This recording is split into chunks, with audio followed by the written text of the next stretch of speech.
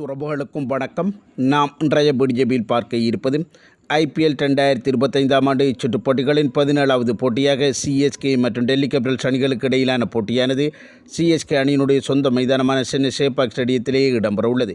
இந்த போட்டிக்காக டெல்லி கேபிட்டல்ஸ் அணியானவர்கள் எவ்வாறான ஒரு பிளேயிங் லெவனை அமைத்துக் கொள்ளப் போகின்றார்கள் என்பது தொடர்பாகவும், அந்த பிளேயிங் லெவனானது CSK அணியினருக்கு எதிரான முறையிலே மிகவும் வலுவானதாக அமைந்து கொள்ளக்கூடிய வாய்ப்புகள் காணப்பட்டதா என்பது தொடர்பாகவும் நாம் முழுமையாக பார்க்கக்கூடியதாக காணப்படும்.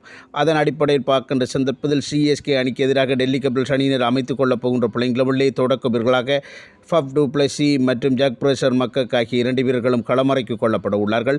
இந்த 2 வீரர்களும் இறுதியாக விளையாடிய போட்டியிலே மிகச்சிறந்த பெறுவர்களை வெளிப்படுத்தியிருப்பதன் அடிப்படையில் இது CSK அணியினருக்கு மிகப்பெரிய ஒரு அச்சுறுத்தல் ஒன்றினை கொடுக்கக்கூடிய வாய்ப்புகள் காணப்பட்டது. அதனை அடுத்து 3ஆம் இலக்க வீரராக அபிஷேக் போரல், 4ஆம் இலக்க வீரராக KL ராகுல் என மிகச்சிறந்த துடுப்பாட்ட வீரர்கள் அடுத்தடுத்து களமிறக்கப்படுவதும் இந்த இடத்திலே டெல்லி கேபிட்டல்ஸ் அணியினருக்கு ஒரு பலமான விடயமாகவும் அது CSK அணியினருக்கு மிகப்பெரிய ஒரு அச்சுறுத்தல் ஒன்றினை ஏற்படுத்தக்கூடிய வாய்ப்புகளையும் கொடுத்திருக்கின்றது. அடுத்து 5ஆம் இலக்க வீரராக ட்ரிஸ்டன் ஷாவ் அவர்களையும் 6ஆம் இலக்க வீரராக அசுதோஷ் சர்மா அவர்களையும் பயன்படுத்திக் கொள்ளப் போகின்றார்கள்.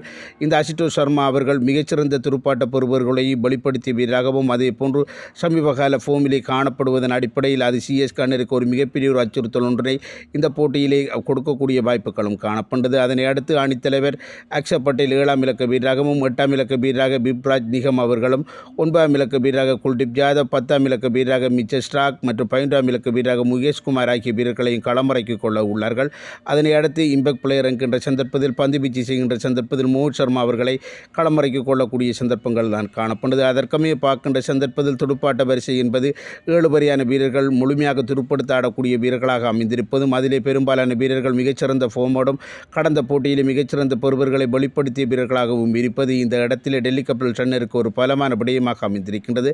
அதே போன்று பந்து வீச்சு துறையினை பார்க்கின்ற சந்தர்ப்பத்தில் வேக பந்து வீச்சாளர்கள் என்கின்ற முறையில் மிச்சல் ஸ்டார்க், முகேஷ் குமார், மோஹித் சர்மா ஆகிய வீரர்கள் மிகச்சிறந்த பெறுவர்களை கடந்த 2 போட்டிகளிலும் வெளிப்படுத்தியிருப்பது இந்த இடத்திலே டெல்லி கேபிட்டல்ஸ் அணியினருக்கு ஒரு பலமான விடயமாகவும் CSK அணியினருக்கு ஒரு அச்சுறுத்தலினை கொடுக்கக்கூடிய வாய்ப்பினையும் ஏற்படுத்தியிருக்கின்றது.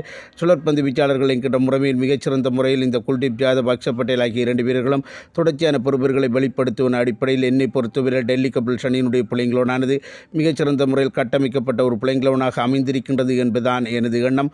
இது தொடர்பான தங்களுடைய கருத்துக்களை கமெண்ட் செக்ஷனில் தெரிவித்துக் கொள்ளுங்கள். மற்றபடி வீடியோக்கு லைக் பண்ணுங்க, கமெண்ட்